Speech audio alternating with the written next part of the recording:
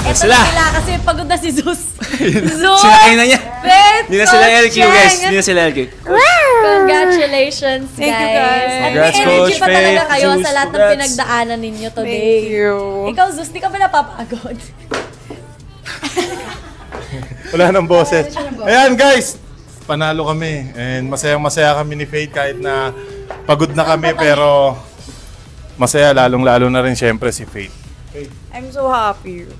First win mo to, Mare, at first time mo din umabot sa top 2. Totoo. Nilaban ko talaga. Sabi ko, death drop ko ikaw mamatcharot. Wala namang ganon. Walang ganon. I mean like, before naman before anything else, basta safe, di ba? Basta safe, masaya kami. Tsaka sobrang sarap din kabattle ni na JM. It's such a privilege para sa akin na makabattle silang dalawa, di ba? Sa totoo lang. Tsaka, Coach Cheng, sa'yo to. Deserve mo to. How do you feel? May gusto ka bang sabihin din sa duo mo for this Message. Iyakin na Quick naman message. Umiti ka lang, huwag kang umiyak.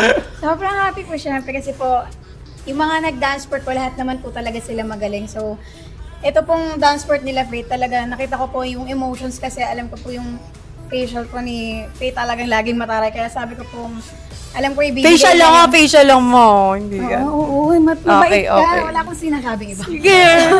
So, yung chemistry talaga nila, inasahan ko talaga na magiging maganda yung kakalabasan. Hindi po ako nag-expect ng sobrang taas. Ang sabi ko lang po talaga sa kanila, safe run.